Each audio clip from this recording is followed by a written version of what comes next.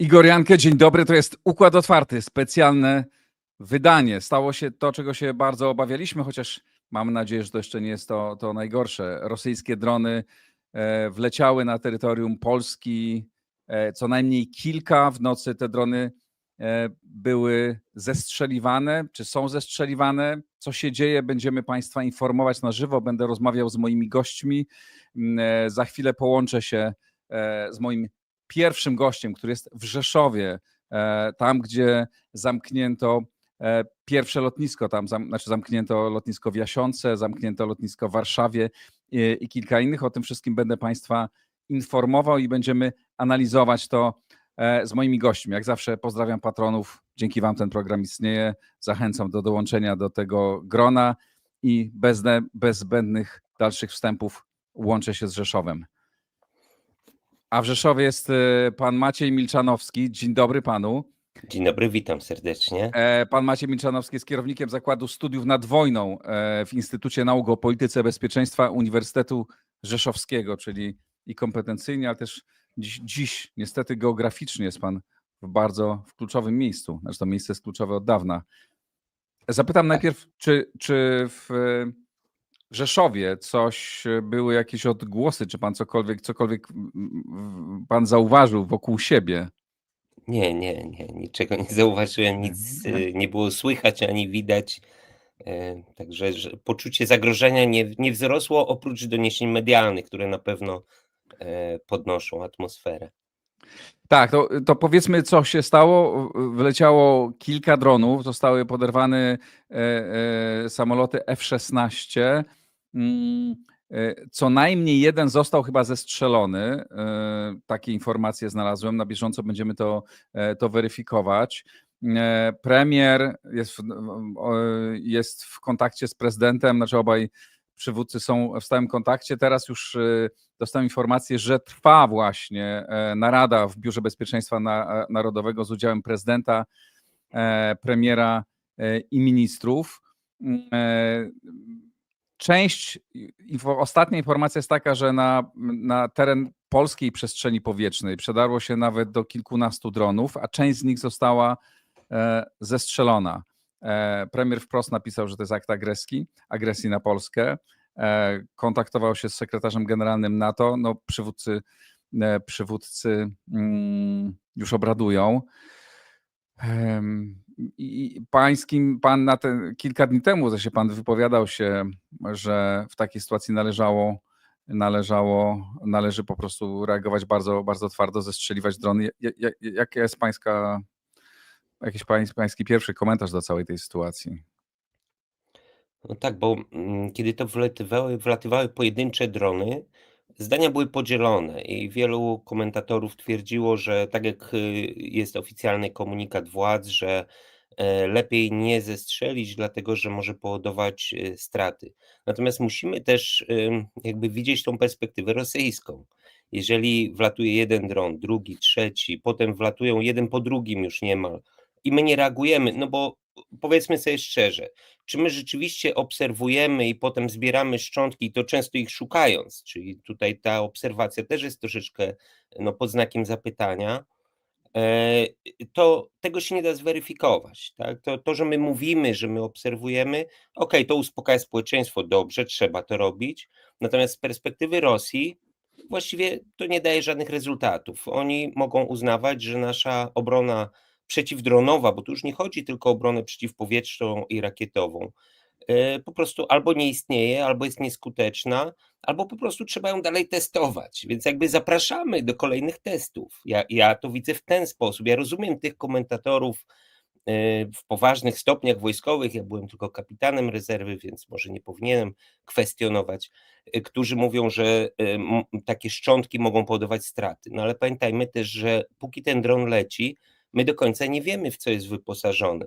Nie wiemy, czy nawet niewielkiego ładunku wybuchowego nie posiada na sobie, więc uznawanie, że lepiej go nie zestrzelić, bo szczątki mogą spaść, kogoś zranić, nie wiedząc, czy nie ma ładunku wybuchowego, wydaje mi się nietrafioną strategią, natomiast dlatego byłem zdania, że należy zestrzelić. Po pierwsze ze względu na to, żeby zmniejszyć właśnie możliwości rażenia, ale po drugie i najważniejsze, żeby dać też sygnał Rosji, a także naszym sojusznikom, także naszemu społeczeństwu, że my potrafimy, że ten system działa.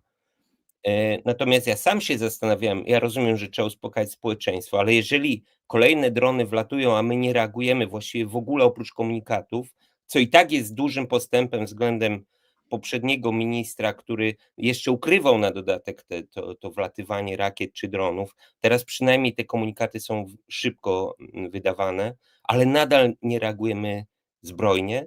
To moim zdaniem było to jakby takie troszkę zapraszanie do kolejnych testów, no bo Rosja tak działa. No niestety Rosja, jeżeli wyczuwa słabość, to idzie w tą stronę coraz bardziej agresywnie, jak taki słoń w składzie porcelany. No taka jest Rosja. Kiedyś Ławrow na początku tej wojny pytany o Rosję mówił: no musicie zrozumieć, taka jest Rosja. Musimy to my też zrozumieć, bo my wiemy, jaka jest Rosja, ale chyba do końca wciąż nie chcemy jej oceniać w taki sposób, że jest to barbarzyńskie państwo rządzone przez barbarzyńców, którzy chcą jak najwięcej zagarnąć. No i trzeba takimi prostymi metodami tą Rosję szacować. Mam jedną bardzo świeżą informację, że znaleziono kolejny dron, ale taki, który uderzył w budynek mieszkalny w miejscowości Wyryki. Ten dom został trafiony w dach. Nie ma żadnych więcej informacji na temat możliwych strat. To jest drugi dron, który został odnowiony. Ja przepraszam, będę co jakiś czas przypominał dla tych, bo ludzie się cały czas włączają i będą włączać, więc dla Państwa informacji, w nocy z wtorku na środę Dowództwo Operacyjne Rodzajów Sił Zbrojnych poinformowało, że w trakcie nocnego ataku Federacji Rosyjskiej wykonującej uderzenia na obiekty znajdujące się na terytorium Ukrainy, nasza przestrzeń powietrzna została wielokrotnie naruszona. W celu zapewnienia bezpieczeństwa polskiej przestrzeni powietrznej dowódca operacyjny Rodzajów Sił Zbrojnych uruchomił wszystkie niezbędne procedury. W naszej przestrzeni operują polskie i sojusznicze statki powietrzne, a naziemne systemy obrony powietrznej i rozpoznawania radiolokacyjnego osiągnęły najwyższy stan gotowości. Zostały zamknięte lotniska Chopina w Warszawie, Warszawa-Modlin, Rzeszów-Jasionka i lotnisko w Lublinie.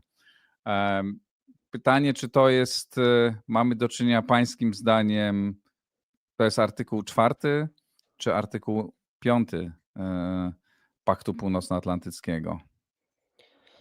Jest to element wojny hybrydowej, która trwa od wielu lat i zmieniają się oczywiście metody, narzędzia i to zależy tylko od naszej interpretacji, ale pamiętajmy, że zastosowanie odpowiedniego artykułu musi pociągać za sobą konsekwencje. Nie wolno nam absolutnie stosować werbalnie rozwiązań, których nie jesteśmy w stanie potem wdrożyć, albo będą spory w ramach NATO, czy nie przesadzamy, czy nie jesteśmy rusofobami i tak dalej, i tak dalej. My musimy najpierw uzgodnić to, co realnie możemy zrobić i dopiero wtedy o tym mówić, a nie straszyć na pokaz, bo Rosja nie boi się jakichś werbalnych takich tam pokrzykiwań. To naprawdę nie działa. To jest okej, ja rozumiem, że trzeba społeczeństwu pokazać, jacy jesteśmy silni, ale to nie robi wrażenia na Putinie, na Kremlu. My musimy robić tylko to, co rzeczywiście, czy zapowiadać to, co jesteśmy w stanie zrealizować, nie straszyć Ameryką, czy jakimiś innymi rozwiązaniami, których nie jesteśmy w stanie wykonać. Niektórzy nasi politycy mówili, że zastosujemy broń nuklearną. My w sensie NATO. No, my w Polsce nie mamy żadnych możliwości decydować o tym, więc takie stwierdzenia raczej nas kompromitują niż kogokolwiek straszą. Więc teraz też musimy naprawdę, to jest bardzo niebezpieczny moment. Od tego, jak zareagujemy, będzie zależało, jak te eskalacja, jak te prowokacje będą dalej wyglądały. My musimy zacząć wreszcie reagować tak, jak potrafimy, bo mamy wszystkie elementy systemu, tylko nie chcemy ich wykorzystać. Nie wiem, brakuje pieniędzy, nie wierzymy w te drony, może te drony jednak nie są takie groźne, albo czekamy, aż ta rewolucja dronowa przeminie, bo też widzę takie głosy, że ta rewolucja już wyhamowuje. Aha, czyli za chwilę już nie będzie tych dronów i może nie warto już w ogóle w nie wchodzić. I wydaje mi się, że w sztabie generalnym chyba trochę jest takie nastawienie, bo no, pojawiały się takie wpisy ze sztabu generalnego, że jakiś Ukrainiec z frontu mówił, że drony FVP już są nieskuteczne, no więc właściwie to już jest przeszłość, dobrze, że się trzymamy artylerii i czołgów. Oczywiście następuje w polskiej armii ta rewolucja dronowa, ale to jest raczej bardzo wolna ewolucja. Więc tutaj potrzeba naprawdę realnych działań i zabezpieczenia granic. Przeczytam komentarz. Wypowiedział się już minister spraw zagranicznych Ukrainy, Andrii Sybicha. A powiedział on tak: rosyjskie drony wlatujące do Polski podczas zmasowanego ataku na Ukrainę pokazują, że poczucie bezkarności Putina wciąż rośnie, ponieważ nie został on należycie ukarany za swoje wcześniejsze zbrodnie. Sybicha napisał w serwisie X, że Putin nieustannie eskaluje, poszerza swoją wojnę i testuje Zachód. A im dłużej nie napotyka stanowczej odpowiedzi, tym bardziej staje się agresywny. No, to słowa Andrija Sybichy, ministra spraw zagranicznych Ukrainy, właśnie w podobnym tonie mówi, co pan, że on jest dyplomatą. Czy pańskim zdaniem to jest tylko testowanie, czy to jest coś więcej? Ja czytałem tę wypowiedź i nawet myślałem o zacytowaniu jej, bo dokładnie tak też myślę. No Rosja, tak jak to zacząłem od takiego geopolitycznego stwierdzenia, że Rosja jest taka właśnie, jaka jest i musimy to cały czas rozumieć w kalkulacjach. Tylko odpowiedź zbrojna na takie naruszenia granicy może dawać odpowiednie kalkulacje na Kremlu.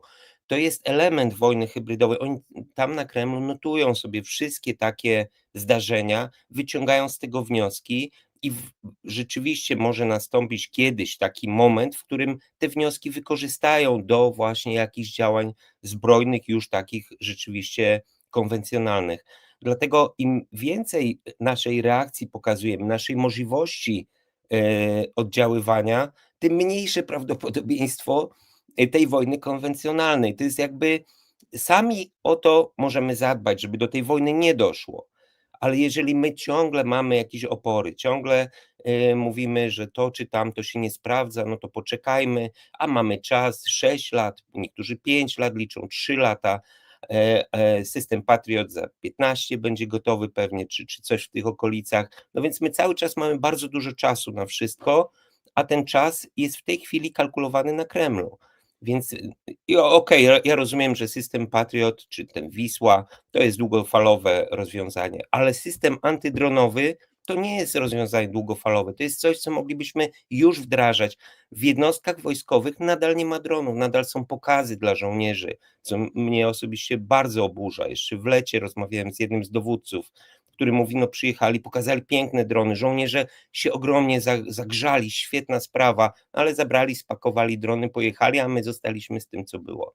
No tak nie może być. Skoro w Ukrainie setki tysięcy dronów są produkowane w Ukrainie już, nawet nie przysyłane z zagranicy, a my wciąż się zastanawiamy nad wyborem firmy, która nam te drony wyprodukuje, kupujemy Bayraktary, które na Ukrainie już są przeszłością, już tylko na morzu są wykorzystywane. No ale dopiero one docierają do nas, tak? Więc to moim zdaniem my nie uczestniczymy niestety w rewolucji dronowej, tylko próbujemy to załatwić ewolucyjnie i to jest błąd. My powinniśmy w tej rewolucji uczestniczyć cały czas i już dezaktualizować pierwsze fale dronów, które na początku wdrażaliśmy. My jeszcze w to nie weszliśmy. W tej akcji, ja przepraszam, że tak nie komentuję, też nie odnoszę się bezpośrednio do tego, co pan mówi, bo też będę przekazywał informacje, no bo to wszystko dzieje się w tej chwili. Dowództwo operacyjne rodzajów sił zbrojnych podało, że w tej akcji uczestniczyły, czy pewnie uczestniczą siły NATO już. Zacytuję wpis na X-ie. Dziękujemy za wsparcie NATO ERCOM oraz Królewskim Holenderskim Siłom Powietrznym, których myśliwce F-35 pomagały dzisiejszej nocy zapewnić bezpieczeństwo na polskim niebie. A Sztab Generalny Wojska Polskiego zaapeluje do wszystkich państwa, do wszystkich obywateli. W przypadku odnalezienia zestrzelonych dronów lub ich fragmentów nie należy się do nich zbliżać, dotykać ani ich przenosić. Takie elementy mogą pozostawać niebezpieczne i muszą być sprawdzone przez patrole saperskie. Każde takie znalezisko należy zgłosić pod numer alarmowy 112 lub do najbliższej jednostki policji. To jest apel Sztabu Generalnego Wojska Polskiego. Czy pan uważa, że no, wiemy, że nie mamy obrony przeciwdronowej, że obrona przeciwlotnicza jest budowana, ale czy na tym poziomie my jesteśmy w stanie sami odpowiadać, kiedy jeszcze na razie to jest testowanie, miejmy nadzieję, że to wszystko, chociaż kilkanaście dronów, no to już jest bardzo poważna historia, czy musimy mieć tutaj wsparcie sojuszników? Jesteśmy w stanie sami zbudować, skoro Ukraina sama zbudowała i to takimi dość chałupniczymi metodami ten pierwszy system obrazowania sytuacyjnego Delta, on został kupiony przez Ministerstwo Obrony i dzisiaj Amerykanie podziwiają ten system i wykorzystują jego rozwiązania w swoich systemach dowodzenia już. To my naprawdę my mamy już ten system, tylko że on jest punktowy, mamy kilka elementów tego systemu i rozwijamy go w danym miejscu, jeżeli chcemy ochraniać jakiś punkt infrastruktury krytycznej. A tutaj trzeba zastosować rozwiązanie powierzchniowe. Całe terytorium wschodniej Polski powinno być chronione tym systemem, tym bardziej, że zauważmy, jak wielką pomoc mamy po naszej wschodniej granicy. Tam mamy Ukrainę, która już jest objęta odpowiednim systemem. Zintegrowanie takiego systemu, przynajmniej częściowe, naprawdę nie budzi żadnych problemów, dlatego że sami Ukraińcy, ja akurat piszę o tym artykuły w tej chwili, czytam te doniesienia ze strony ukraińskiej i oni mówią, że to jest tak otwarty system, tak łatwy do zintegrowania, kompatybilny ze wszystkim. Pamięta pan, jak zastanawialiśmy się w Polsce, co to będzie, jak ściągniemy sobie czołgi Abramsy, ale jakieś tam, powiedzmy, śmigłowce francuskie, one nie będą kompatybilne. Ukraińcy ściągają bardzo różne elementy sprzętu i mówią, wszystko jest kompatybilne przy odpowiednim zastosowaniu odpowiedniej elektroniki i technologii i to wszystko jest kompatybilne z ich systemem Delta. A więc te nasze obawy, że czegoś się nie da zmienić, oni mówią, taki czołg wyświetla się na tablecie jak po prostu kolejny efektor. I detektor, bo jednocześnie czołgi czy samoloty, no wszystko jest i detektorem, i efektorem. Więc to wszystko można zintegrować i można zrobić.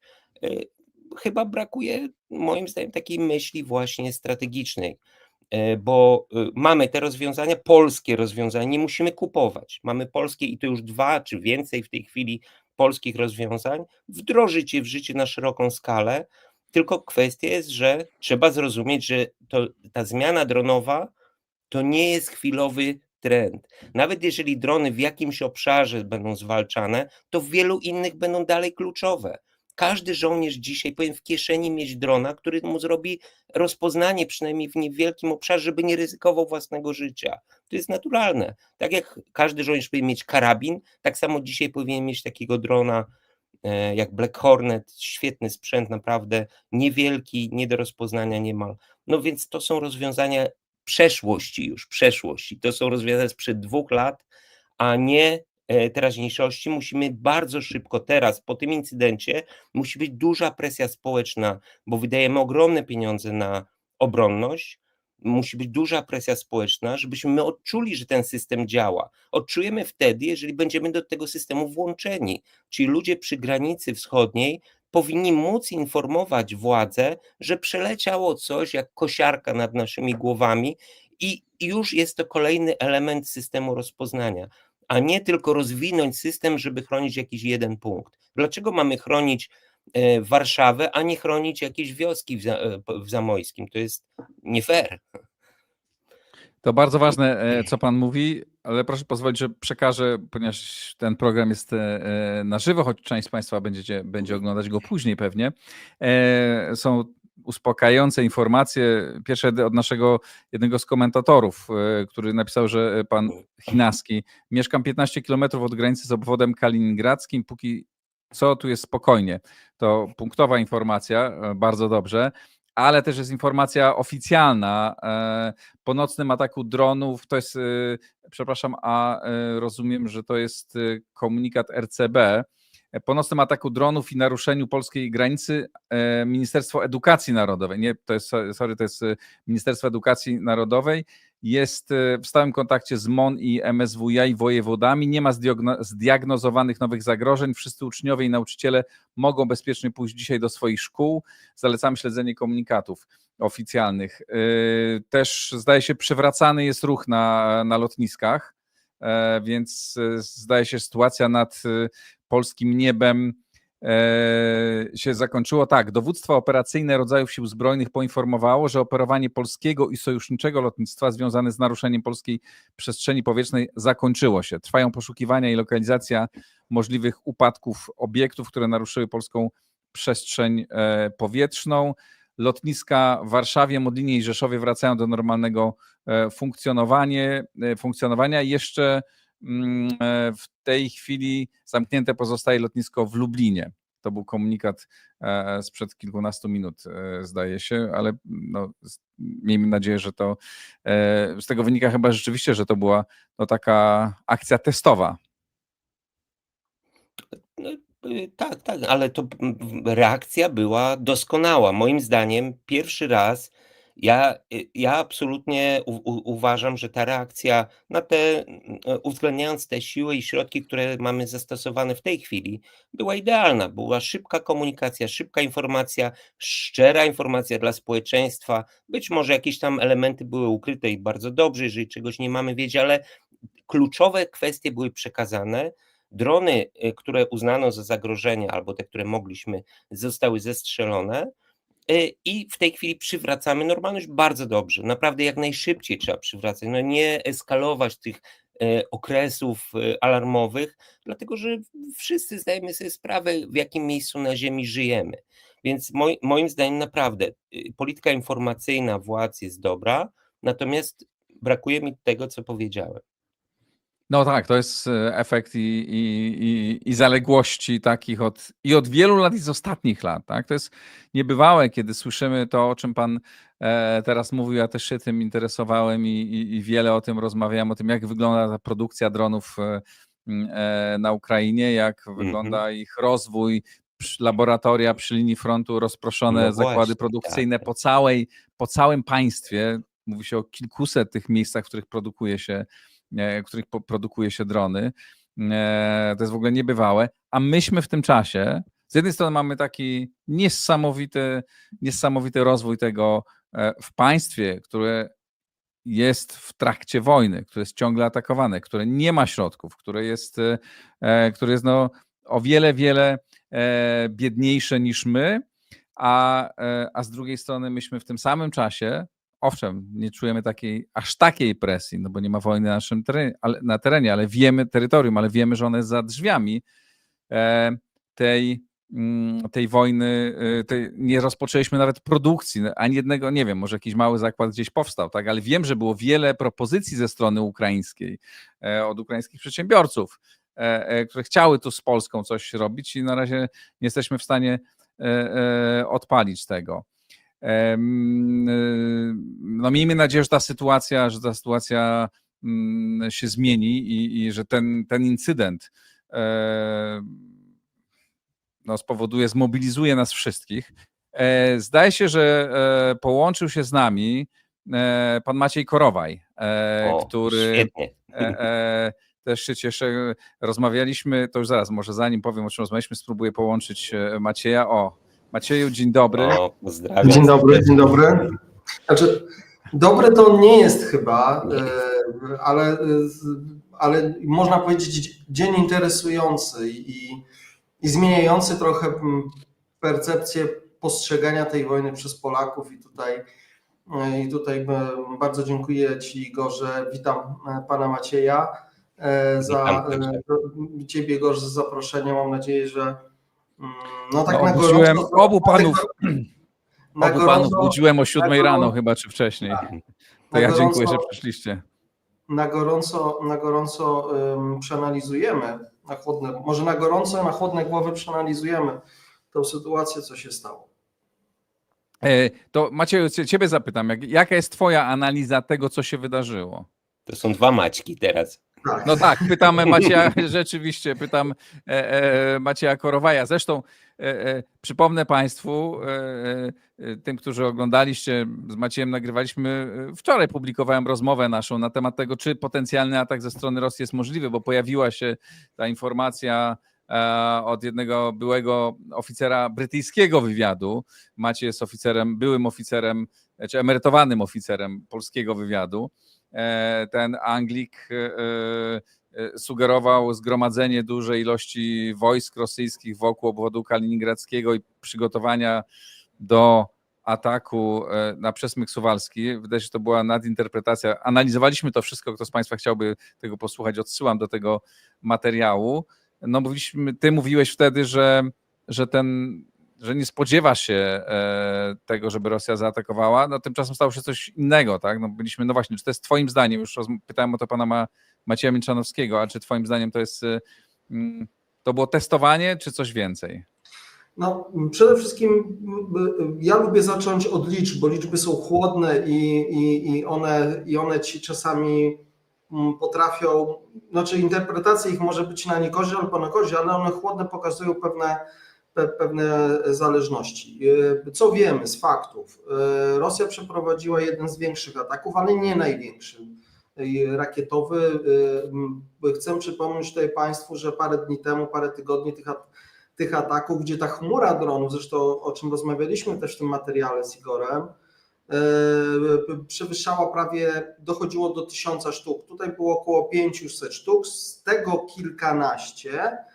Ukraińcy mówią, prezydent Ukrainy mówi o 8, ukraińskie portale, które specjalizują się w śledzeniu zagrożeń dronowych, które mają odpowiednie aplikacje, można to badać, mówią o 14 dronach, które wleciały na teren Polski i one są dosyć konkretne. Te portale, które zajmują się monitoringiem tego niebezpieczeństwa, są dosyć precyzyjne i wiarygodne, więc ja się skłaniam tutaj o tych 14. Część ich została zestrzelona z tego, co mówi dowództwo operacyjne, które były najbardziej prawdopodobnym zagrożeniem, czyli ja je interpretuję te, które nie zawróciły z powrotem na Ukrainę, bo teren Polski bardzo często był wykorzystywany przez pojedyncze drony, które wykorzystując przestrzeń powietrzną Polski wracały na teren Ukrainy, żeby atakować między innymi Lwów od strony zachodniej. Ja to tak interpretuję i to są fakty. Lotnictwo oczywiście polskie i sojusznicze zadziałało, bo działało, miało swoje procedury. Decyzje o zestrzeleniu podejmują wojskowi, nie politycy, bo to już wcześniej zostały te procedury wprowadzone. Wiemy, że wszystkie te, które były zagrożeniem, czyli nie skręciły w kierunku granicy ukraińskiej albo leciały głęboko w teren, zostały przez nas zestrzelone. 14 dronów w najgorszym wypadku to nie jest liczba, która mogłaby zagrozić systemowi obrony powietrznej. Nie przeciążyłaby tego systemu, więc nie mówimy o jakimś ataku stricte militarnym z części dokonania uszkodzeń jakiegoś obiektu, czy wykierowane w jakiś obiekt. Rosjanie sobie zdawali sprawę, że 14 czy kilkanaście, czy choćby oni liczyli może nawet więcej dronów, polski system, natowski system jest w stanie zneutralizować. Tu chodziło o kwestie polityczne i kwestie związane z złamaniem pewnego tabu, zobaczenia jak zareagują Polacy na tego typu zagrożenie, czy państwo polskie jest ważne, a bardzo ważnym elementem, o którym trzeba powiedzieć, to jest stworzenie wrażenia Polski zagrożonej. Polski krajem frontowym, gdzie nie warto inwestować, nie warto przyjeżdżać, gdzie cały czas latają rosyjskie drony i Polacy sobie z tym nie mogą w jakiś sposób poradzić. Wyżej idziemy, NATO nie może sobie z tym prowadzić, albo jeszcze wyżej Stany Zjednoczone na takie bezpośrednie jak gdyby zagrożenie też jednostek amerykańskich, bo też stacjonują na terenie Polski jednostki amerykańskie, też nie będzie mogło sobie radzić. Więc ja odbieram ten atak bardziej w wymiarze politycznym, strategicznym, takim kognitywnym, niż stricto militarnym, który powoduje uderzenie i zniszczenie jakiegoś obiektu, bo ilości, które są podawane, to nie są ilości, które by przeraziły nasz system obrony powietrznej. To jest moje takie na chłodna ocena. Jedna kolejna informacja. Strategiczna infrastruktura energetyczna Polski nie ucierpiała. To jest komunikat ministra energii Miłosza Motyki. Napisał, że w obszarze strategicznej infrastruktury energetycznej nie odnotowano żadnych zdarzeń. Wszystkie procedury bezpieczeństwa działają. No to jest dobra informacja. Też już pan Maciej Milczanowski mówił o tym, że informacyjnie zadziałaliśmy nieźle, bo ja rzeczywiście, jak obudziłem się tam około 6 i zacząłem czytać te informacje, no to miałem takie wrażenie rzeczywiście, że państwo mnie informuje, tak, że i były informacje z Ministerstwa Obrony, od polskich sił zbrojnych, od premiera, prezydenta. Co ważne, odbyło się posiedzenie chyba Rady Bezpieczeństwa Narodowego, przepraszam, w każdym razie wiem, że spotkali się premier, prezydent, byli ze sobą w kontakcie. To była narada w BBN zwołana przez prezydenta, potem było posiedzenie rządu.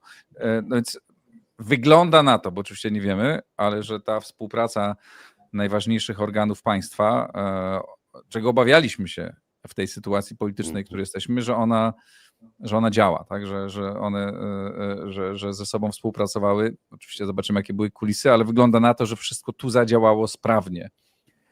Na ile z tego, co wiemy, panów zdaniem, zadziałały mechanizmy wszystkie inne, to co na podstawie tego, co wiemy w tej chwili. Oczywiście nasze informacje są bardzo wyrywkowe. Maciej Korowaj. Jeszcze ja, tak? Tak. Ja oceniam, trudno mi oceniać działanie sił powietrznych, bo tutaj odbieram tak jak zwykły obywatel, może trochę z domieszką wojskowości, ale bardzo ważne jest to, że decyzję o zniszczeniu celu podejmują żołnierze. To dobrze, że zostało wcześniej wprowadzone i ta procedura, że dowódca operacyjny, a z kolei dowódca operacyjny pewnie ceduje tą procedurę też na oficerze, który odpowiada za obronę powietrzną kraju, który ma wiedzę i umiejętności orientacji, czy te obiekty, drony, które lecą, są zagrożeniem dla nas, dla obywateli Rzeczypospolitej. I z tego, co widać, te systemy zadziałały, czyli decyzje piloci czy systemy obrony powietrznej, bo nie wiemy dokładnie, co zostało uruchomione i pewnie się nie dowiemy, bo to też jest kwestia, żeby nie mówić przeciwnikowi, jakimi środkami zostały zniszczone. Podejrzewam, że ze względu na gwałtowność tego ataku i użycie myśliwców, na pewno to były środki cenowo nieadekwatne do kosztu celu, czyli musieliśmy używać dosyć drogich systemów rakietowych. Nie sądzę, żeby piloci używali amunicji kinetycznej, czyli strzeleckiej. To zawsze grozi tym, że ten pocisk nie tylko nie trafi w drona, ale może też polecieć na ziemię i zrobić jakieś szkody, a pamiętajmy, że cały czas jesteśmy jakby w czasie pokoju, tak? To są takie tego kwestie, więc zakładam, że jednak skorzystaliśmy z dosyć drogich środków, skutecznych, ale drogich w stosunku do celu.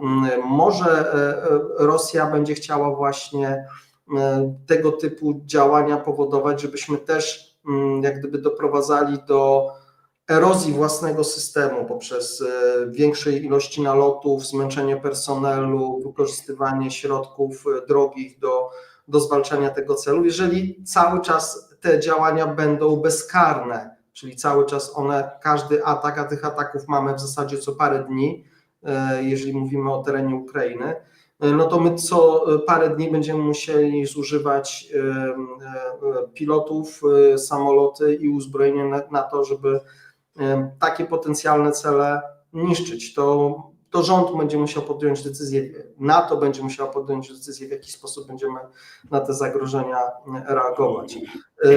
To są takie właśnie te typowo techniczne, jak gdyby z wojskowego punktu widzenia. Natomiast są kwestie polityczne, o których mówiłem i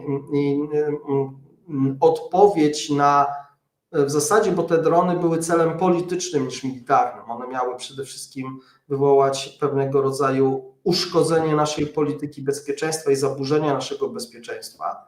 I tutaj ta odpowiedź rządu powinna być nie tylko militarna, znaczy nie sądzę, żeby była militarna, bo to by doprowadzało do wejścia Polski do wojny będąc po stroną konfliktu, chociaż de facto atak rosyjski, bo tak trzeba to rozpatrywać, bo to nie był jakiś błąd systemu, bo te drony zostały zatankowane i zaprogramowane, żeby przelecieć przez terytorium Polski albo wlecieć na terytorium Polski, bo trzeba pamiętać, że dron to też masa. Jeżeli atakujemy teren Ukrainy, to obliczamy taką masę, żeby paliwa starczyło do lecenia do celu i kosztem na przykład zwiększenia masy bojowej, czyli ładunku niszczącego. Natomiast te drony były wyraźnie zatankowane czy skonfigurowane tak do ataku, żeby wykorzystywać lub znaleźć się w naszej przestrzeni powietrznej. Więc tutaj te oddziaływanie na tą agresję rosyjską, bo tak mogę to nazwać, musi być bardzo mocno polityczne niż tylko wojskowe. Ja tu przestrzegam się jakimiś, nie wiem, kontruderzeniami czy jakimiś innymi takimi działaniami, bo skala tego ataku była tak dopracowana, żeby zrobić wrażenie, ale nie narobić szkód, które by były interpretowane w sposób jednoznaczny jako atak Rosji na państwo NATO. No to jest duży orzech do zgryzienia. Oczywiście nie mamy pełnych informacji, ze względu na to, że tylko jesteśmy obserwatorami tej rzeczywistości, natomiast rządzący pewnie mają obraz też pełniejszy, czyli tego, co się dzieje z ćwiczeniami Zapad, o których wcześniej mówiliśmy, co się dzieje w wojnie w Ukrainie, w relacjach między Stanami Zjednoczonymi a Rosją. Może jesteśmy częścią jakiejś gry, którą powinniśmy umiejętnie interpretować. Mam prośbę, dajmy teraz głos panu Maciejowi Milczanowskiemu, bo ja wiem, że pan będzie musiał za chwilę wychodzić, więc jeszcze prosiłbym o pański komentarz. Jak pan ocenia to, w jaki sposób od strony, znaczy jak nie tylko od strony komunikacyjnej byśmy zareagowali, jak zareagowało Wojsko Polskie, jak zareagował wszystkie służby, na podstawie tego, co pan, tego oglądu, który mamy o tej porze, czyli o 8:38. No, ja już mówiłem o tym, że to była moim zdaniem dobra polityka informacyjna, ale też to, co w tej chwili pan przekazuje, że nie było zniszczeń w infrastrukturze krytycznej, energetycznej i tak dalej. Te komunikaty wbrew pozorom też są istotne, dlatego że pamiętamy, kiedyś były takie, zastanawiano się, czy ta rakieta, która wleciała, jedna z nich nie miała uderzyć w rurociąg pomiędzy nami a Ukrainą, gdzieś tutaj jakieś stacje przesyłowe, więc takie informacje większość z nas nie wie, gdzie są takie kluczowe obiekty, one też przez las, przez pola przebiegają, więc dobrze, że takie informacje też spływają, to uspokaja społeczeństwo, że jesteśmy gotowi, czy jesteśmy, czy nie, to możemy dyskutować, ale społeczeństwo nie może wpadać w panikę. A ludzie bali się bardzo, bardzo wiele osób bało się wcześniej, już przed takimi wydarzeniami, ten poziom zagrożenia będzie rósł. Dlatego bardzo ważne jest, jak komunikujemy, jakimi słowami się w ogóle posługujemy, ale bardzo jest ważne też, jak reagujemy. I tutaj moim zdaniem ta zmiana procedur reakcji musi iść cały czas, ewoluować i uprzedzać sytuację, a nie dopiero po sytuacjach powinny następować zmiany. Powinniśmy moim zdaniem bardzo jakby tą obronę przeciwdronową synchronizować z Ukrainą. Mam nadzieję, że jest ten przepływ informacji bardzo taki żywy w obie strony, żeby to nie było tak, że właśnie tak jak mówił pan Maciej, że Rosja wykorzystuje naszą przestrzeń powietrzną do atakowania Ukrainy. To powinno być odwrotnie, tak? To my powinniśmy wspierać Ukrainę, nie Rosję. Ale rozumiem, że to właśnie tak jest, że my z Ukraińcami rozmawiamy, że przekazujemy im, że przelatują te drony, oni są gotowi do zestrzelenia na swoim terytorium dzięki też naszej informacji i nie potrzeba jest, żebyśmy my zwiększali zagrożenie na naszym terytorium, żeby je zestrzeliwać, więc ale to musi tak być. Natomiast z drugiej strony, i o tym też już mówiłem, być może warto chociaż częściowo zintegrować nasze systemy antydronowe, które powinny się teraz jak najszybciej upowszechnić na naszym terytorium, z tym systemem ukraińskim, dlatego że wtedy zauważmy, nasze oczy, uszy sięgają znacznie dalej niż nasze możliwości tylko polskie. Nie wystarczy tylko telefon z Ukrainy do Polski, że coś tam leci, informacja tylko my musimy być wpięci w system, który monitoruje takie zagrożenia, a wydaje mi się, że jesteśmy na tyle bliskimi sojusznikami i Ukraińcy mówili, że jest możliwe takie wpinanie sojuszników, że dałoby się to, ja nie mówię, że w pełne wejście w ten system, ale tam są takie możliwości, że w różne warstwy tego systemu ukraińskiego można wpinać właśnie zarówno samych siły ukraińskie, bo tam nie każdy potrzebuje wszystkich informacji, jak i właśnie systemy sojusznicze, takie jak polskie czy inne. I to naprawdę zwiększa wtedy wydajność takiego systemu przy niewielkich nakładach, ale najpierw musi być nasz system, który jest, żeby było co wpiąć. Ten system jest, tak jak mówiłem, mamy pojedyncze elementy tego systemu, ale tego musi być dużo więcej. My musimy umieć tym pokryć teren, a nie tylko punkty pojedyncze, kluczowe. I moim zdaniem to nie jest lekcja do odrabiania za 5 lat czy za 10 lat, tylko 2 lata temu. Jesteśmy spóźnieni, nie odrobiliśmy lekcji dwuja do zeszytu i w tej chwili trzeba to jak najszybciej nadrabiać, tą zaległość. Panie Macieju, mówię do Macieja Milczanowskiego, rozumiem, że pan musi się wyłączyć już w tej chwili. Tak, Bardzo panu dziękuję. Pan Maciej Milczanowski, kierownik Zakładu Studiów nad Wojną w Instytucie Nauk o Polityce i Bezpieczeństwie Uniwersytetu Rzeszowskiego, czyli tego miejsca, który jest w znaczy miasta położonego w bardzo ważnym miejscu. Bardzo dziękuję, że pan był z nami uprzejmie dzisiaj. Ja Państwu chcę przedstawić jeszcze informacje dotyczące, znaczy chcę krótko powiedzieć o tym, że jest bardzo ważne, że tak, mamy bardzo głęboki podział polityczny i wiemy jak ośrodki rządowe ze sobą walczą, że tutaj była współpraca i prezydent informował, że spotkał się z premierem, spotkał się z ministrem obrony narodowej czy z wiceministrem obrony narodowej, był w stałym kontakcie. Premier Tusk potwierdzał, że wszystkie służby ze sobą współpracują. W tej chwili trwa specjalne posiedzenie rządu. Premier Tusk powiedział po pierwsze tak, że wszystkie służby ze sobą zgodnie współpracują, niezwykle ważne. Nie ma powodów do paniki, będziemy na bieżąco informować społeczeństwo. Zwracam się do wszystkich, aby byli bardzo wrażliwi na próby dezinformacji. Rosjanie są bardzo aktywni w sieci i będą chcieli dezinformować. Proszę polegać na oficjalnych komunikatach Wojska Polskiego i służb państwowych. Tak, mogę potwierdzić, że Rosjanie są bardzo aktywni w sieci. Teraz nie chcę wskazywać, ale widzę niektóre komentarze sugerujące jakieś absurdalne rzeczy. Nie będę ich popularyzował, ale widać tutaj pracę towarzyszy spod Sankt Petersburga czy Moskwy, którzy nie będę popularyzował tego, co piszą, więc nie będę tego powtarzał. Wracam do tego, co mówił premier. Powiedział, że sytuacja wydaje się być pod kontrolą. Jeszcze przypomnę o apelu wojska, a dowództwo apeluje o to, żeby jeśli Państwo gdzieś znajdziecie resztki drona, to żeby się do nich nie zbliżać, nie ruszać, nie przenosić, tylko poinformować policję, dzwonić pod 112. Maćku, wracamy do naszej rozmowy.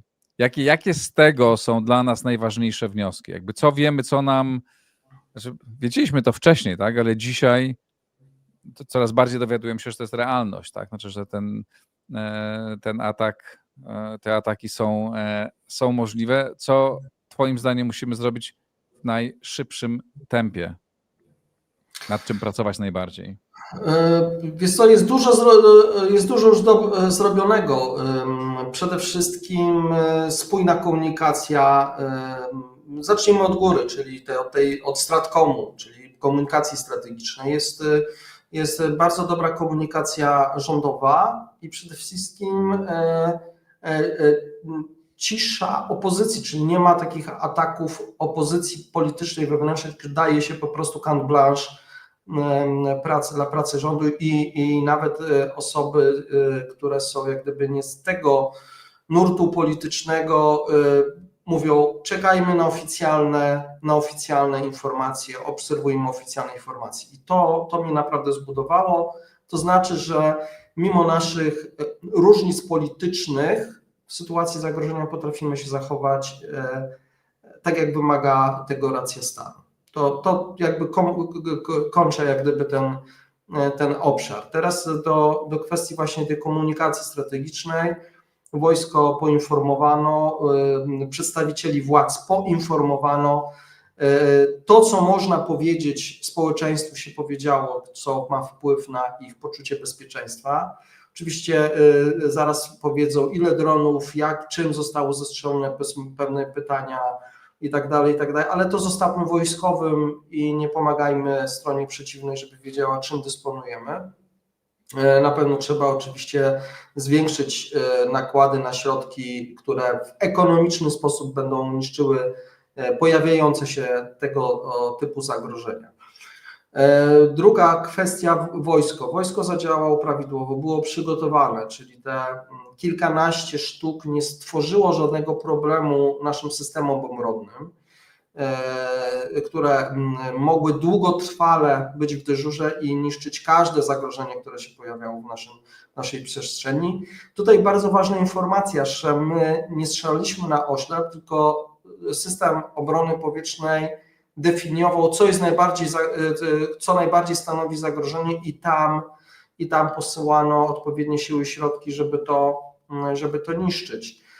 Tu ukłony dla całego personelu sił powietrznych, obrony powietrznej, bo to był ich sprawdzian całego tego systemu, jak działał, ale też i decyzyjności wojskowych i politycznych.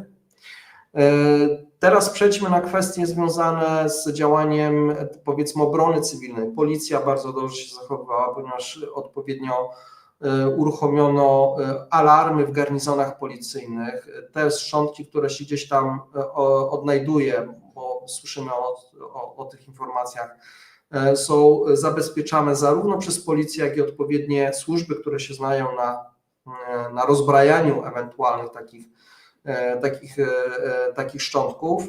No i oczywiście Wojska Obrony Terytorialnej, które też tutaj w migawkach telewizyjnych czy zdjęciach widać, że są zaangażowane. Ja tu jestem podbudowany, czyli ten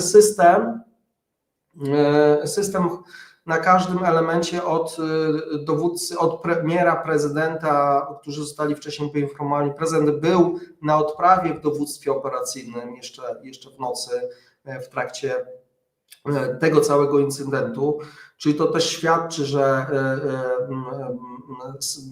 głowa państwa była przygotowana do tego, żeby znaleźć w tego typu sytuacji i być razem z dowódcą operacyjnym, który podejmuje decyzje. To wszystko to też jest bardzo ważne, bo to jest takie wsparcie polityczne dla dowódcy, dla żołnierzy, że prezydent jest z nimi, czy osoby decyzyjne z politycznego jak gdyby okręgu są z nimi. Ja mówię, już tak rozkładam to tak na drobne. Uważam, że system zadziała tak jak powinien. Teraz jest pytanie, co my z tym zrobimy, co my zrobimy z tą agresją, z tymi kilkunastoma dronami, które były zagrożeniem dla zdrowia i życia naszych obywateli, naszego systemu bezpieczeństwa, jako Polska, i co my zrobimy jako NATO, czyli jako sojusz, jakie będą reakcje. I mi się wydaje, że te kilkanaście dronów to nie było sprawdzanie Polski, bo Polskę sprawdzono sobie w cudzysłowiu Moskwa sobie sprawdziła wcześniej tymi kilkoma pojedynczymi sztukami. Natomiast te kilkanaście to jest sprawdzenie, jak zadziała NATO. To jest takie, sprawdzenie, jak szybko zostaną podjęte konsultacje i jakie wnioski z tego zostaną wyciągnięte.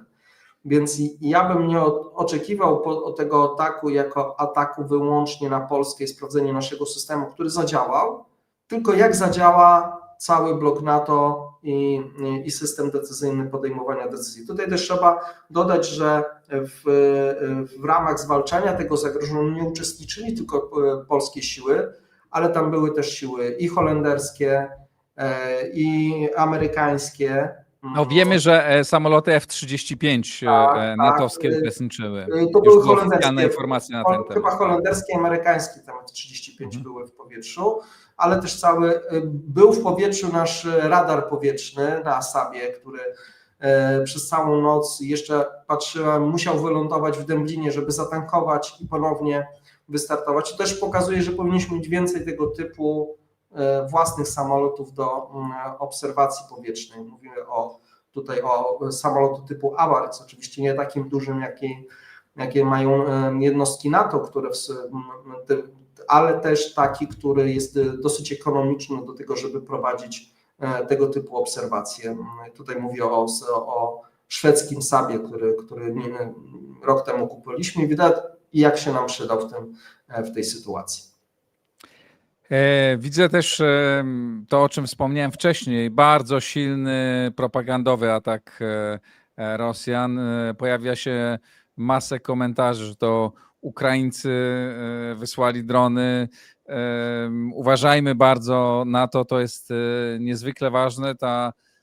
Ta propaganda, no to akurat jest taka prostacka, więc to łatwo wyczytać, ale na pewno będzie bardzo wiele dezinformacji pojawiało się na ten temat, więc to też apel do wszystkich Państwa, żebyśmy uważali, bardzo krytycznie do wszystkiego podchodzili.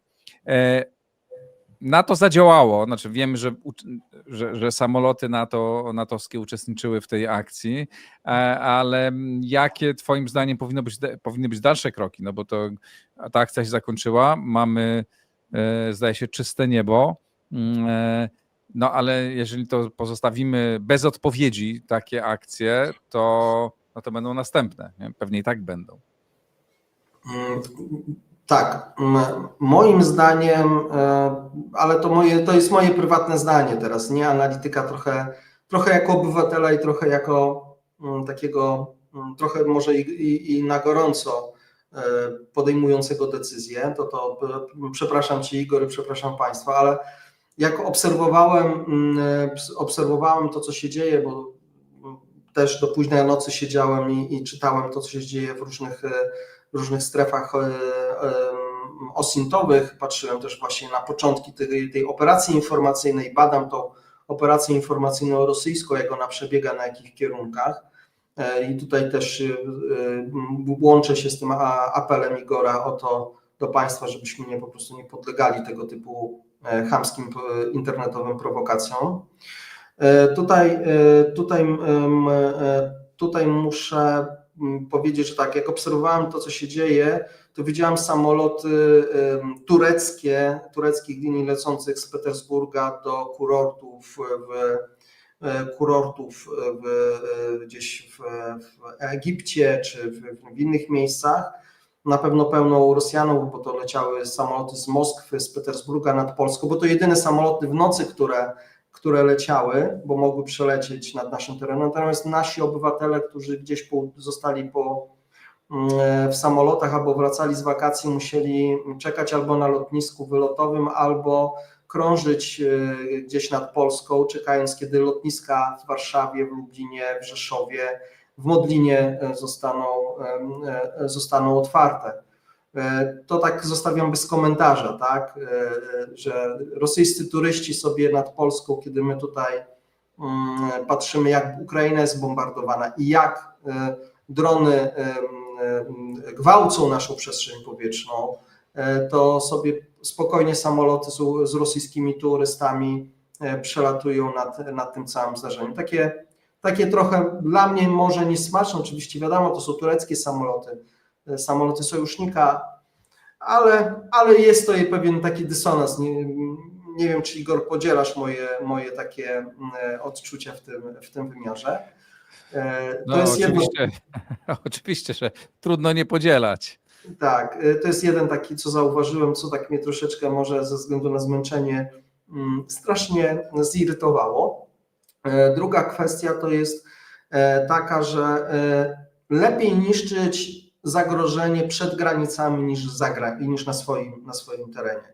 Bo trzeba pamiętać, że te szkody, które te drony wyrządzą, to nie zostaną na przykład ujęte przez ubezpieczyciela, bo jak każdy z nas ma jakieś ubezpieczenie, to jak sobie doczyta drobnym druczkiem, to tam są informacje, że nie dotyczy uszkodzeń w wyniku działań wojennych. Tak są ubezpieczyciel, w większości przynajmniej ubezpieczycieli działa, więc na przykład te drony, które uszkodzą, czy pole rolnikowi, czy dom komuś, no trzeba tą sprawę jakoś zabezpieczyć tych ludzi, żeby mogli. Tutaj oczekuję no niestety państwa naszego o reakcję i mam nadzieję, że to też będzie ujęte, że szkody wyrządzone przez tego typu działania zostaną przez państwo jak gdyby zrefundowane, bo ubezpieczenie, jakie byśmy nie wykupili, w większości nie obejmują tego typu zagrożeń. Więc tutaj wychodzi pewna kwestia. Załóżmy, że te ataki będą się powtarzać, bo tak możemy sobie założyć, biorąc pod uwagę, co się dzieje, albo będą nawet i większe.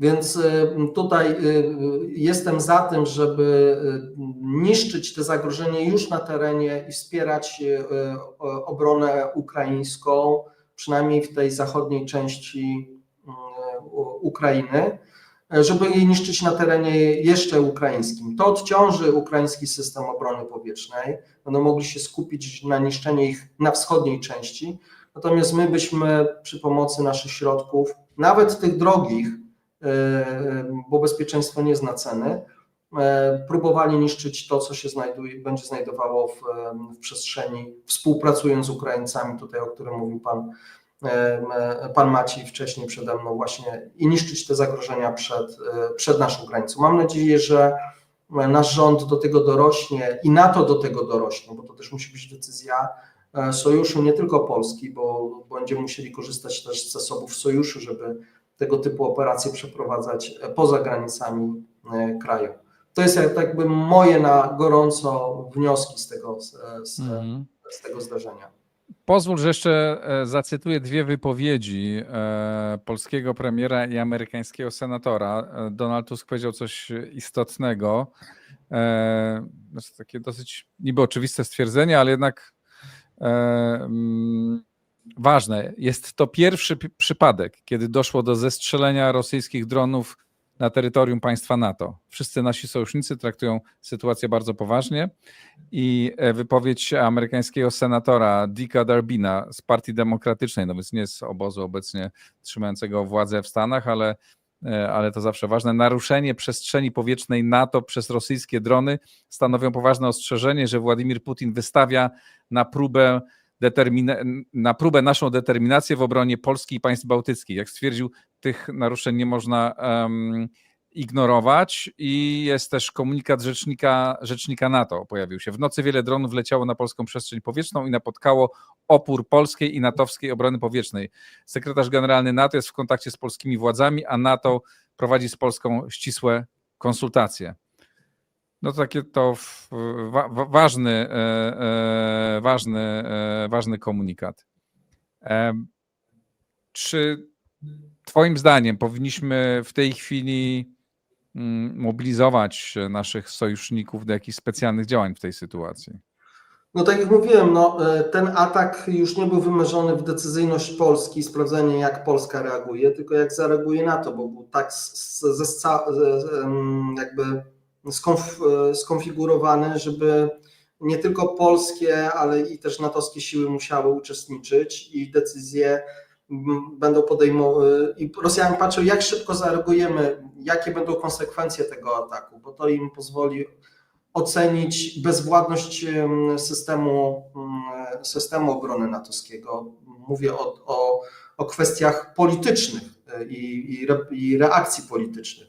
Bo jeżeli chodzi o reakcje wojskowe, to proszę zwrócić uwagę, że nie wiem, czy słuchacze nasi obserwowali, ja miałem okazję jakby w najgorętszym momencie obserwować tutaj i z innymi obserwatorami OSINT-u, no to uruchomiono wcześniej tankowce, które przyleciały z Holandii, uruchomiono włoski samolot ostrzegawczy, który został jak gdyby, on był na terenie Estonii, a przyleciał tutaj w okolice Rzeszowa, żeby wspomagać nasze systemy obrony powietrznej.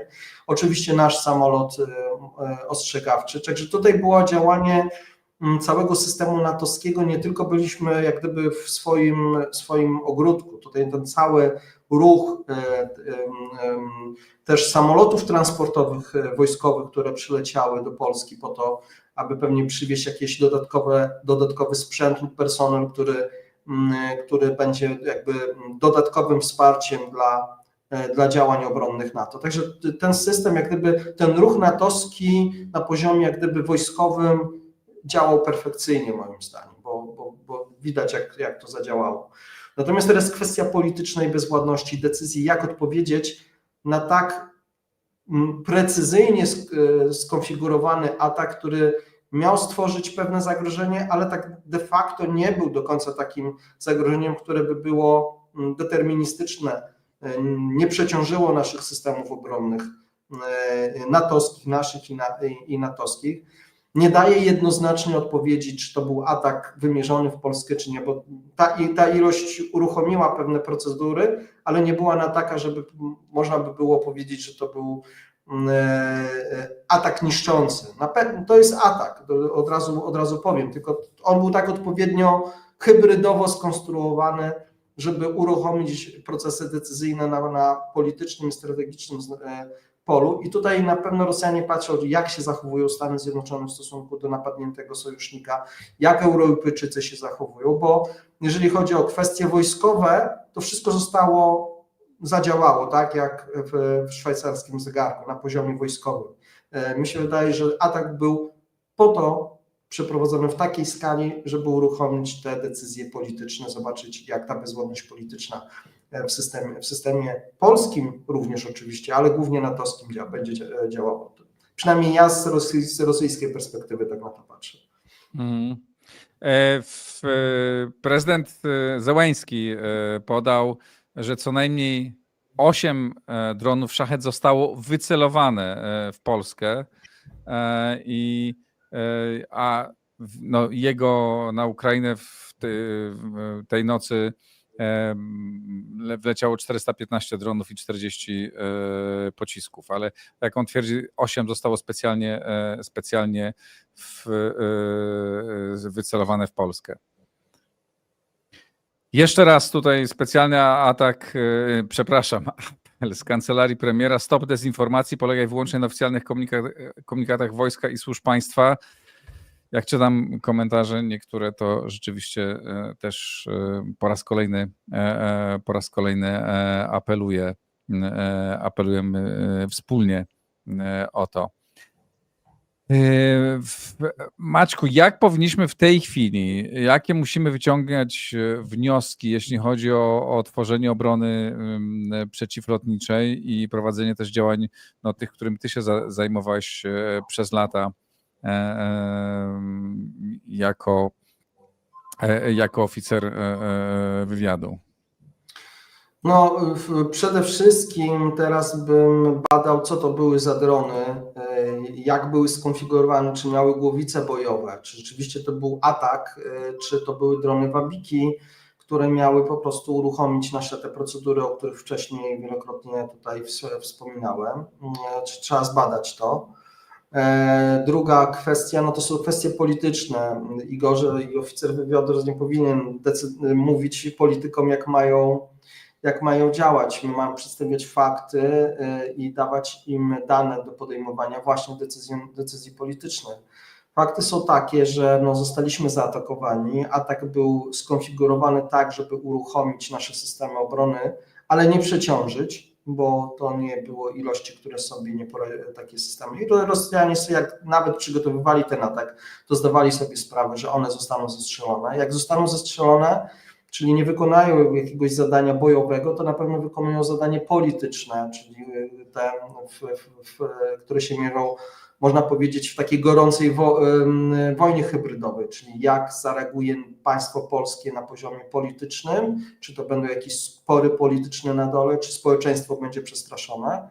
No to jest to sytuacja niepokojąca, szczególnie dla ludzi, którzy wracali z wakacji, czy latali samolotami, w różnych sprawach musieli po prostu parę godzin przesiedzieć na lotniskach, skąd mieli wylecieć lub dolecieli do lotnisk, które były zapasowe. No, jest dużo takich kwestii. No, na pewno musimy te zagrożenie, które będzie, jeśli na nie nie odpowiedziemy, będzie się powtarzać, oddalić od naszych granic. To jakby jakbym mógł podpowiadać nie jako emerytowany oficer wywiadu, ale jako obywatel, to mi się wydaje, że poprzesz mnie. Jeżeli mamy zagrożenie, to chcemy, żeby to zagrożenie było na naszych granicach. I tutaj w jaki sposób rząd polski to zrobi, czy NATO to zrobi, to już muszą być decyzje polityczne. Ja jako wojskowy i myślę, że wszyscy wojskowi, którzy mają rodziny, bo te drony też stanowią jakieś procentowo zagrożenie dla obywateli, którzy są na ziemi, no bym sobie życzył, żeby one nie dolatywały do naszej granicy, czy to poprzez wsparcie ukraińskiej obrony bezprecedensowe, poprzez, nie wiem, przekazanie środków, albo stworzenie takich warunków, by nasze samoloty zestrzeliwywały te drony jeszcze na obszarze ukraińskim. I wydaje, że Ukraińcy nie mieliby nic przeciwko temu. Zresztą taka sprawa była ponad rok temu wspominana przez prezydenta Żeleńskiego, że on nie widziałby problemów i ewentualne szkody związane z tymi dronami. Państwo ukraińskie jakby były wyrządzane przez spadające, zestrzeliwujące te drony przez samoloty natowskie, to Ukraińcy biorą to na siebie. I to właśnie o to chodzi, ponieważ my i na państwo polskie będzie też musiało ponosić koszty nie tylko z upadku albo trafienia tego dronu i nie daj Boże dokonania jakichś szkód większych albo zabicia naszych obywateli, to spadnie na barki tego państwa, tak jak mówiłem wcześniej, ale to też powoduje to, że no te poczucie bezpieczeństwa i tworzenie przez Rosję w Polsce takiego państwa, powiedzmy, wojennego, którego, żeby nie warto przyjeżdżać, nie warto inwestować, bo sobie nie radzi z tego typu zagrożeniami, też jest bardzo ważne, bo Rosja może nas nie pokonać, ale może nam zaburzać poczucie bezpieczeństwa. I ten atak był tak skonstruowany, żebyśmy się poczuli zagrożeni, żeby można było wykorzystać farmy troli, które będą atakować i mówić różne bzdury. Też to doświadczyłem, bo w nocy komentowałem te zdarzenia na swoim kanale X i już miałem bardzo duży wysyp komentarzy, że to Ukraina i inne negujące pewne fakty, które się działy w tym czasie w powietrzu.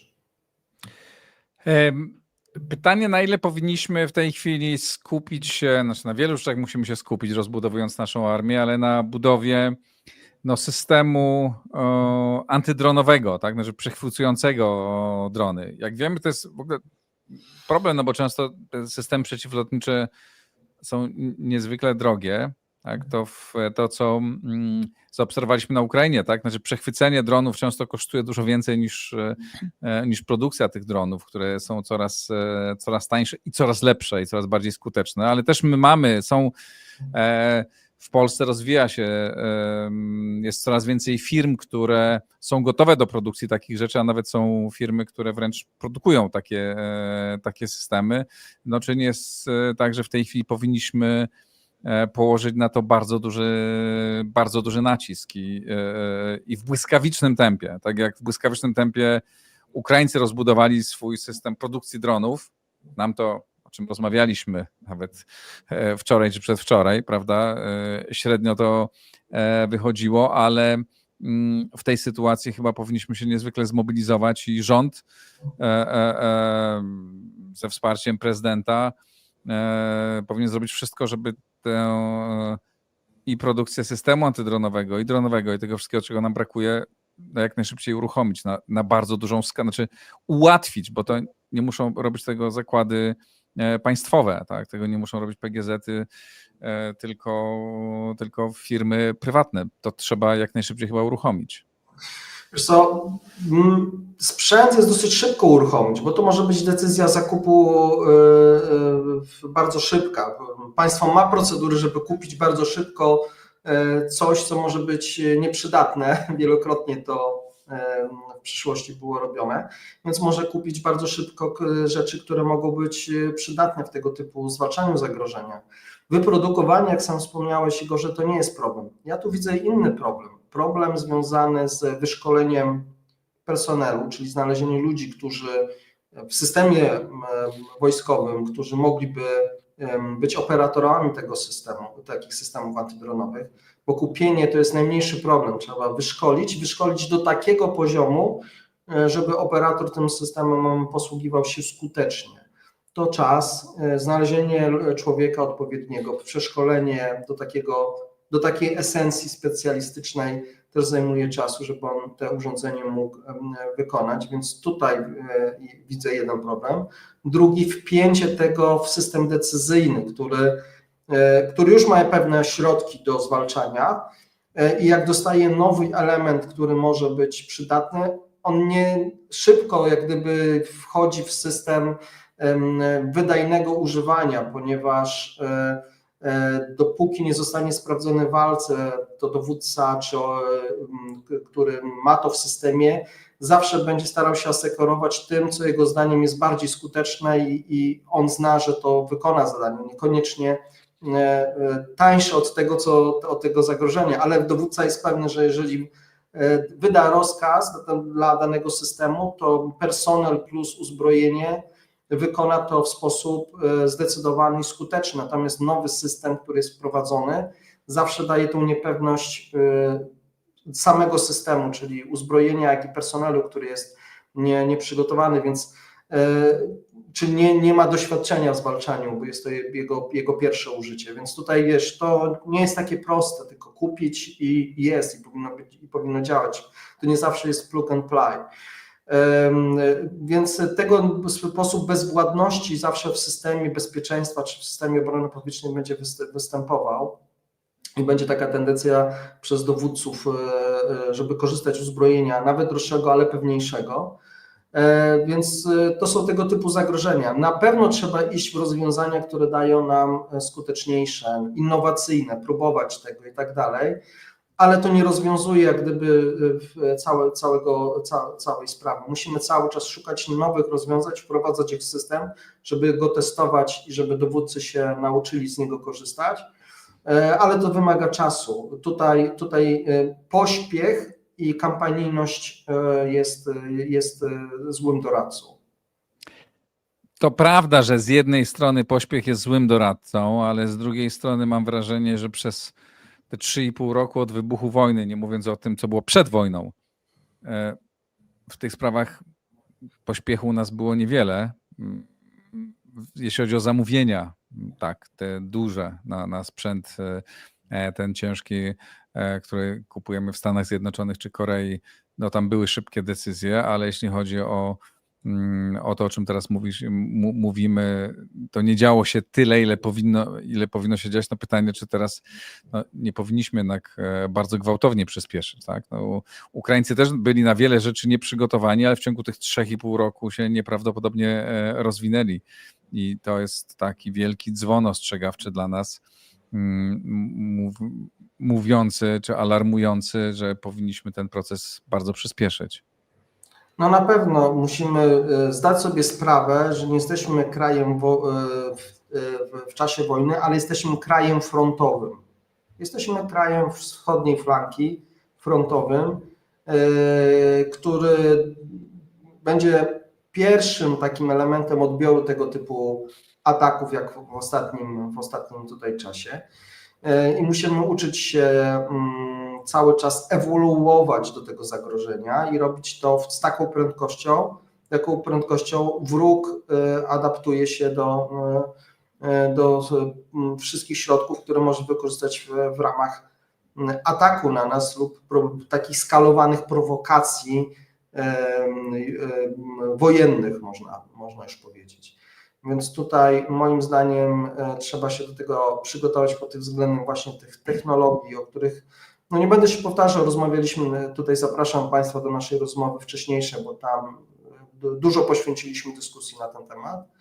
Natomiast tutaj naprawdę środek ciężkości przełożył nie na technologię, ale na decyzje polityczne, bo ten atak był wycelowany w decyzyjność polityczną NATO i Polski i badanie reakcji najważniejszych osób i najważniejszych instytucji tutaj na Zachodzie.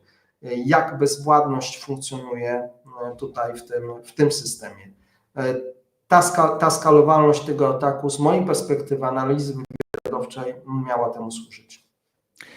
Spójrzmy teraz z perspektywy Rosji, która dokonała na pewno świadomie tego ataku. Nie?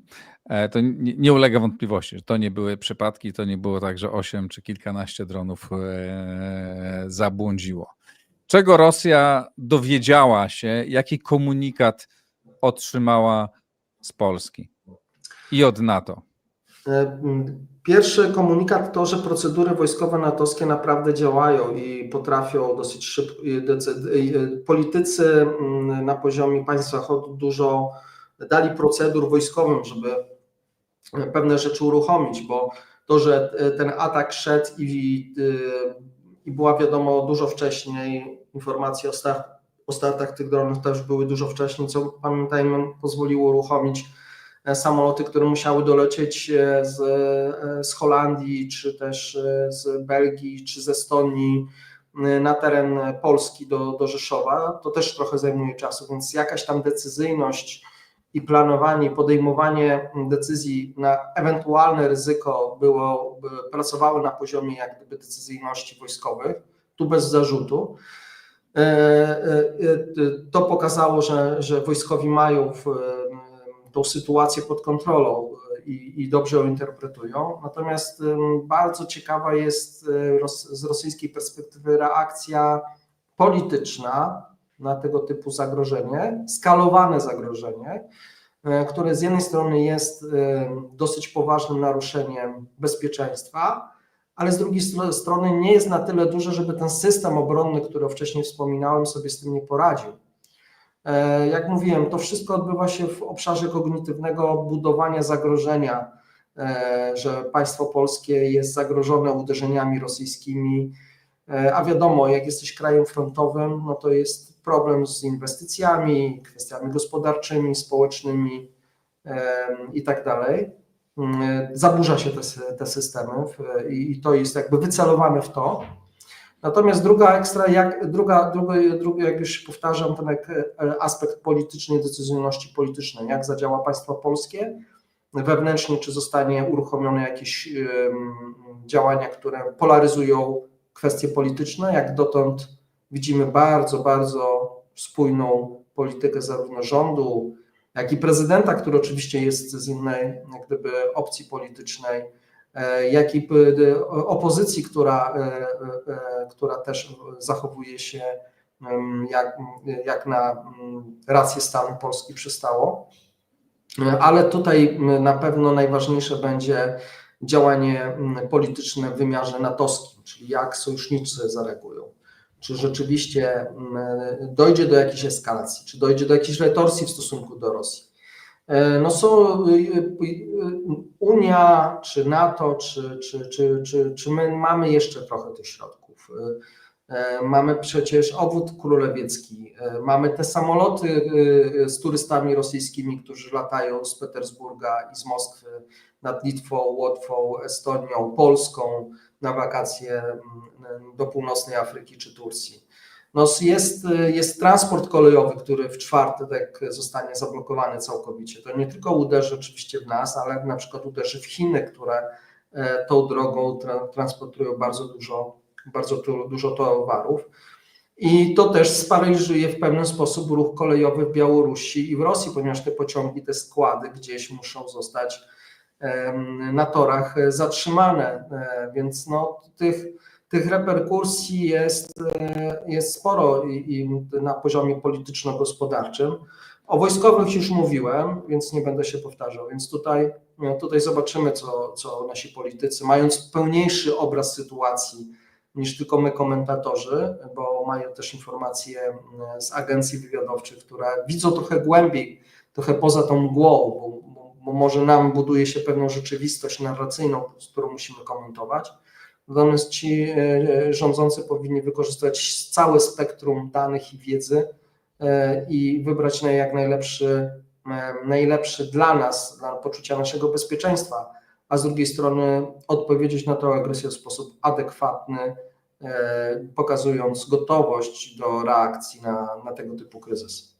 Jeszcze jedno, czy ty widzisz jakiś związek między wczorajszą decyzją polskiego rządu o zamknięciu granicy z Białorusią, jakichś działaniach tam, a tym, co się stało w nocy?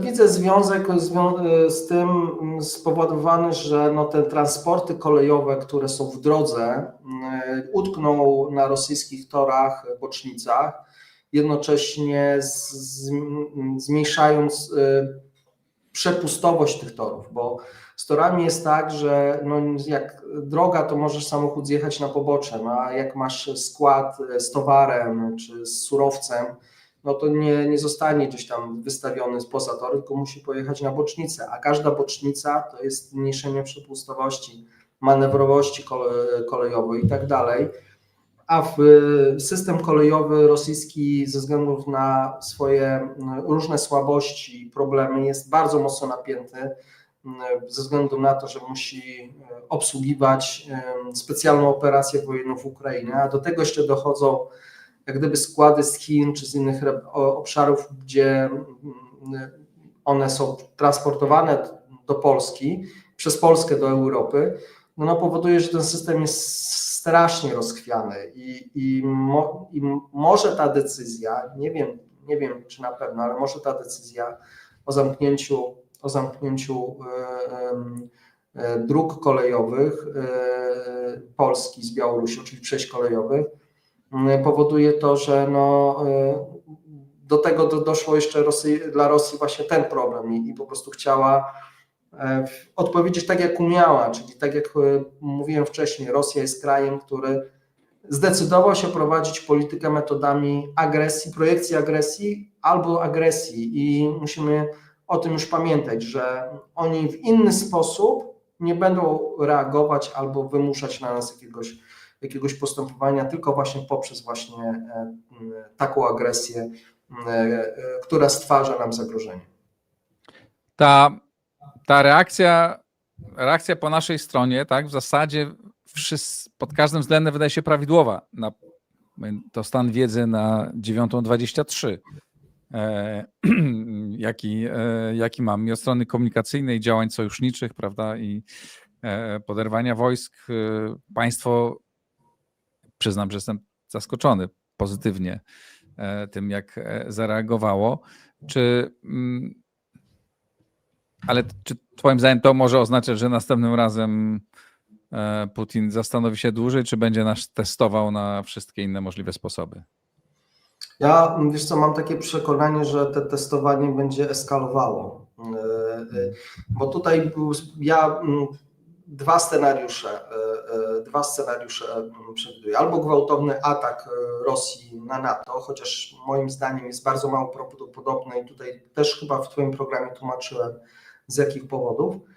Jeżeli tak nie możemy, to trzeba iść w asymetrię, czyli taktyka gotowanej żaby, czyli podkręcać cały czas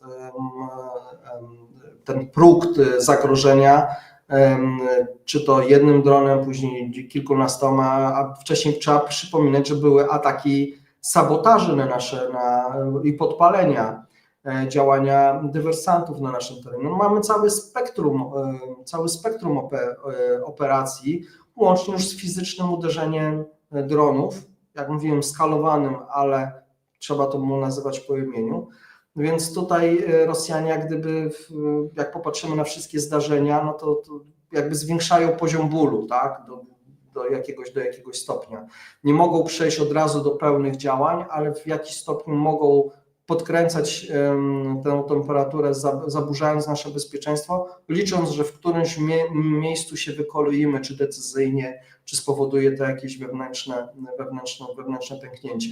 Mi się wydaje, że to jest taktyka rosyjska, pasująca w tą koncepcję wojny zrównoważonej, która bardziej stawia właśnie na tego typu oddziaływanie asymetryczne na przeciwnika, budując erozję jego odporności, niż na takie uderzenie bezpośrednie, jak to miało miejsce na przykład na Ukrainie w lutym 2022 roku.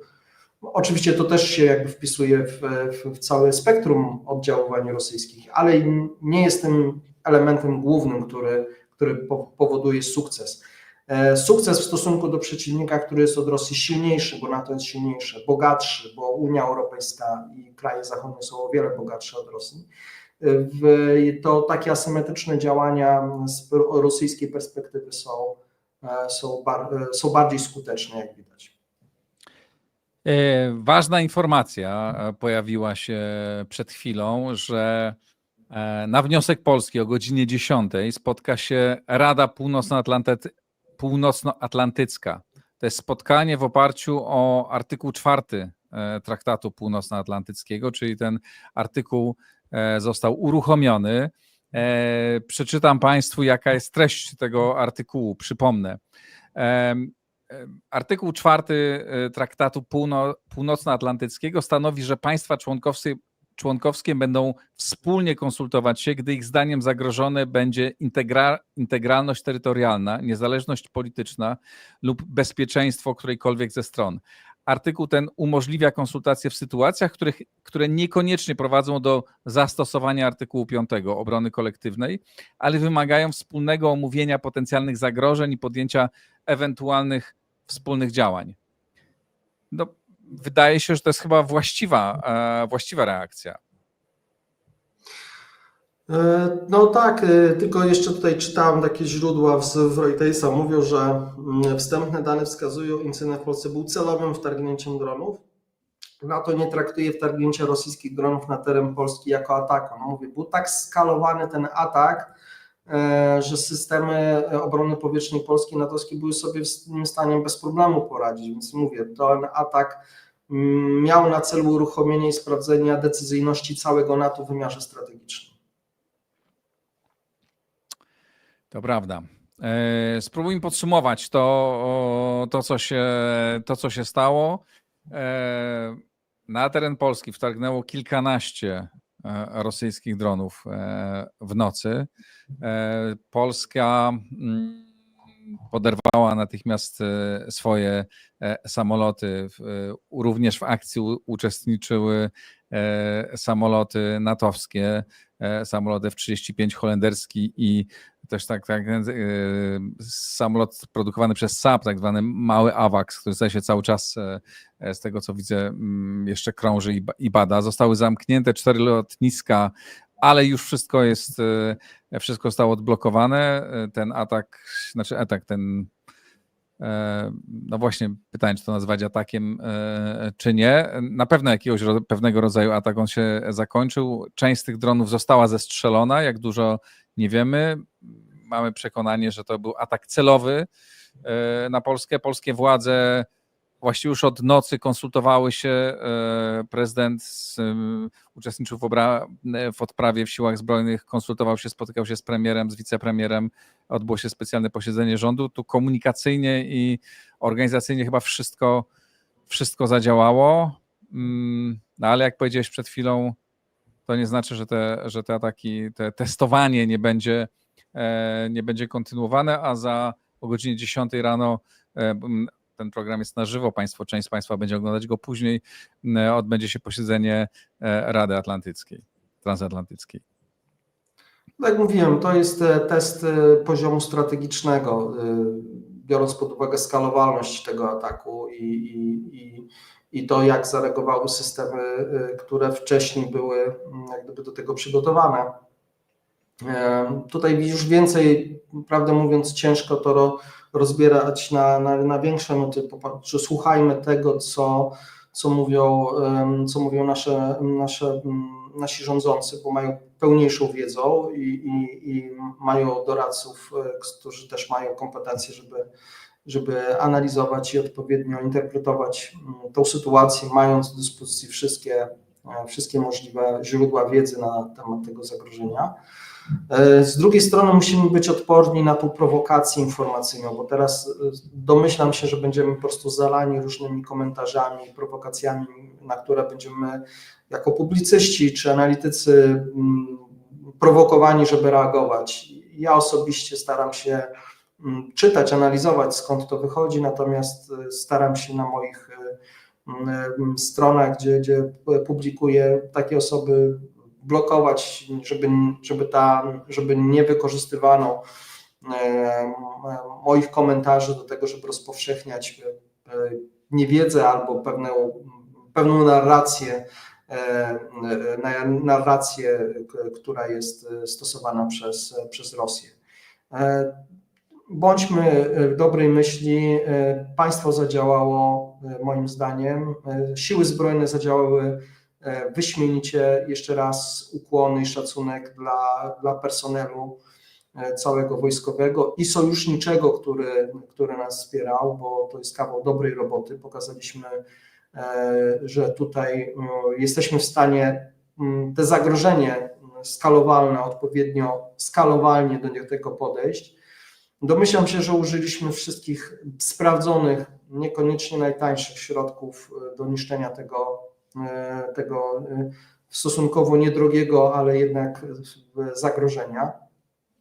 To jest jakaś nauka, co może uruchomi pewne procesy, o których wcześniej tutaj z Igorem rozmawialiśmy, żeby wprowadzić pewną innowację do zwalczania tego typu zagrożeń, żeby pozwolić wprowadzić szybciej pewne rzeczy, żeby ten system nauczył się korzystać z tych rzeczy, żeby personel mógł się wyszkolić na nowym, wydajniejszym uzbrojeniu, które będzie adekwatnie niszczyć tego typu zagrożenia. Więc bądźmy dobrej myśli. Teraz patrzmy na decyzje polityczne, bo to jest moim zdaniem najbardziej interesujące, co się wydarzy na Radzie Atlantyckiej, jak zareagują Stany Zjednoczone. Ja jestem spokojny o reakcję polską, bo tutaj widzę, że jestem po prostu z tego nawet dumny i zadowolony, że mimo naszych podziałów politycznych, można powiedzieć nawet na noże, to potrafimy odpowiednio reagować jako państwo i społeczeństwo na tego typu zagrożenia. Dziękuję Ci bardzo, Maćku, za te słowa, za tę analizę. Dzięki, że zareagowałeś tak szybko. Na tym zakończymy ten program realizowany na żywo. Maciek, bardzo jeszcze raz serdecznie dziękuję. Poprzednio występował Maciej Milczanowski. Obu panom bardzo serdecznie dziękuję. Maćku, pozdrawiam Cię serdecznie. Do zobaczenia. Dzięki. To wszystko. Dziękuję Państwu. Komentujcie oczywiście, ale zważajcie na te komentarze, które są pisane przez naszego wroga i te komentarze sugerujące, że to atak ukraiński i wiele innych dezinformacji, które mogą się pojawiać w sieci, również moim jakby w tej przestrzeni układu otwartego, bo komentarze są otwarte i już wielokrotnie widziałem, że jesteśmy też przedmiotem tego typu ataków. Dziękuję, że jesteście z nami. Zapewne jeszcze dzisiaj będę rozmawiał z innymi gośćmi później. Śledźcie Układ Otwarty. Bardzo dziękuję. Wspierajcie na patronite.pl, bo te środki pomagają mi realizować te rozmowy. Bardzo dziękuję. Jesteśmy w kontakcie. Do zobaczenia.